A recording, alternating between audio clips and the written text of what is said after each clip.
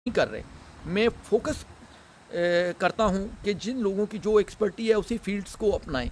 اگر آپ, میں نے ایگزامپل ایسے دیتا ہوں کہ آپ نے دیکھا اچھا علی مبشر صاحب کا بزنس جو ہے بہت اچھا ہے کنسٹرکشن کا, تو میں کیوں نہ کنسٹرکشن کا بزنس ہے.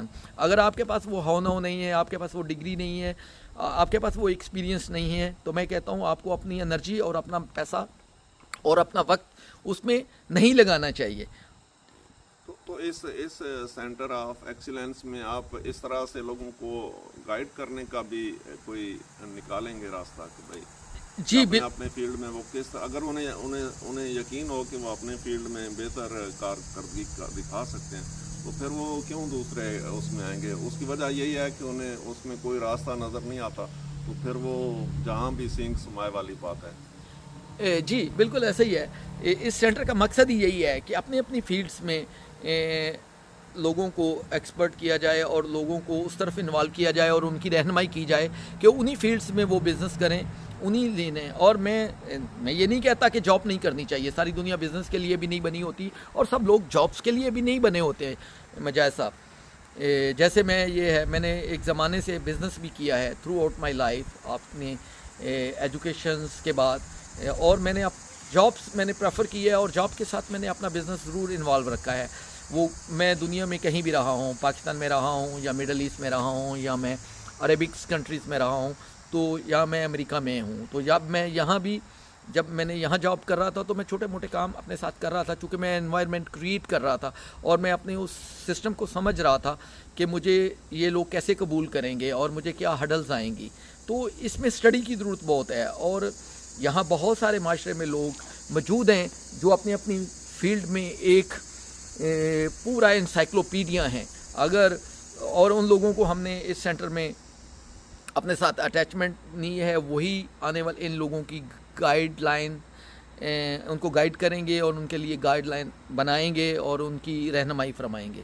تو یہ جو آپ ہمارے جو کچھ عزیز ہیں جو ہمارے ایفیلیٹ ہیں اس سینٹر کا, جو جن کو تعارف پہنچا ہے, وہ دیکھیں وہ میڈیکل میں اپنی ہڈیاں ٹوٹی ہوئیں اور اس میں وہ صرف نام کی حد تک ابھی تک ہمارا ان کے ساتھ ہے, لیکن کتنے زیادہ وہ موٹیویٹڈ ہیں. وہ کہتے ہیں جی ہمیں وہ اپنی پین مینجمنٹ کر رہے ہیں اور وہ دوسرے لوگوں کو بھی تعارف کروا رہے ہیں اس سینٹر آف ایکسیلنس کے بارے میں. تو اس سلسلے میں آپ کا کوئی نقطۂ نظر ہے؟ جی بالکل ہے. جس کا میں شخصیت کا نام نہیں لوں گا, جب ہمارے ساتھ وہ رابطے میں آئے اور انہوں نے یہ ساری چیزیں ایکسپلین کی تو ہم نے کہا یہ تو کوئی مسئلہ ہی نہیں ہے. دیکھیں یہ تبھی ممکن ہے مجاہد صاحب جب آپ کے اپنے ارد گرد کے لوگوں سے مراسم ہوتے ہیں اور آپ اس حلقہ احباب میں بیٹھتے ہیں. تو جیسے وہ ہیلتھ کنسلٹنٹ کے حوالے سے میں نے آپ کا تعارف کروایا ان صاحب کا, پچھلے دنوں میں نے آپ سے فون کال پہ بھی ان کی بات کروائی تھی, تو ہم نے ان سے ڈسکس کیا تو انہوں نے کہا کوئی مسئلہ نہیں ہے. تو جب انہوں نے ان کو ٹریٹمنٹ کیا تو ان کو اس مریض کو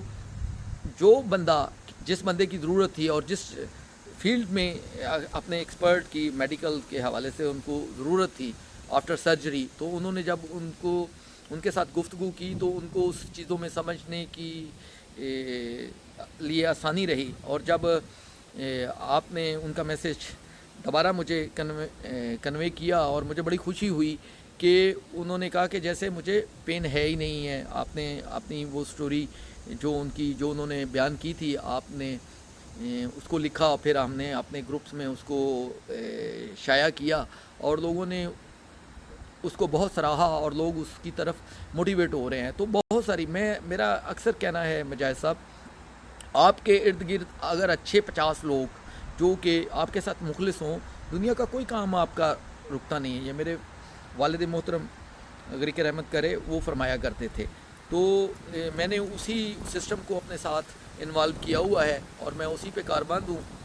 تو یہ سارا سنیریو ہے. تو ہم باقی فیلڈز میں بھی لوگوں کی رہنمائی کریں گے. ہم آہستہ آہستہ اس سینٹرز کا دائرہ اختیار جی ٹی اے اور امریکہ کے باقی شہروں میں بھی بڑھائیں گے, اور ہم کوشش کریں گے ہم ان کے سیٹ اپس بنائیں اور لوگ وہاں آئیں. اور لوگ یہ نہیں ہے صرف ہم اپنے کلچرز کے لوگوں کو, ہم امریکن چونکہ امریکہ اور کینیڈا میں رہتے ہیں, تو میں یہ اس بات پہ پھر دوبارہ زور دوں گا مجاہد صاحب کہ لوگوں کو لوکل لوگوں کے ساتھ انوالومنٹ رکھنی چاہیے, فرینڈ شپ رکھنی چاہیے. ہاں اگر ان کی کوئی بری چیز آپ کو بری لگتی ہے جو کہ ان کے ہاں شاید اچھی ہو تو آپ اس کو مت اڈاپٹ کریں, لیکن جو اچھی عادات ہیں ان کو تو آپ کو سمجھنا چاہیے, وہ آپ کی رہنمائی کرتی ہیں اور آپ کو زندگی میں آگے بڑھنے میں آپ کے لیے آسانیاں ہوتی ہیں. جی پلیز. آپ کی گفتگو تو بہت اچھی ہے اور دل چاہتا ہے کہ اس کو جاری رکھا جائے, لیکن ہمارے پروگرام کا وقت ختم ہو رہا ہے, تو ہم پھر آپ کو زحمت دیں گے. بہت شکریہ آپ کا. جی تھینک یو ویری مچ. السلام علیکم.